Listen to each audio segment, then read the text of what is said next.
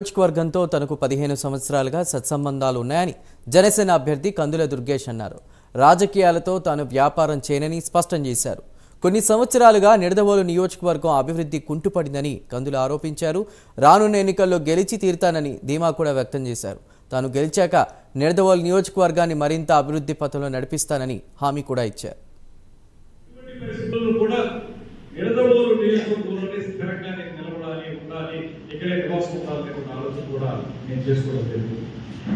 రాజకీయాల్లో కానివ్వండి, ఈ రోడ్డు విషయం కానివ్వండి, రైతు సమస్యలు కానివ్వండి, ఇవన్నీ కూడా చాలా సమస్యలు ఉన్నాయి.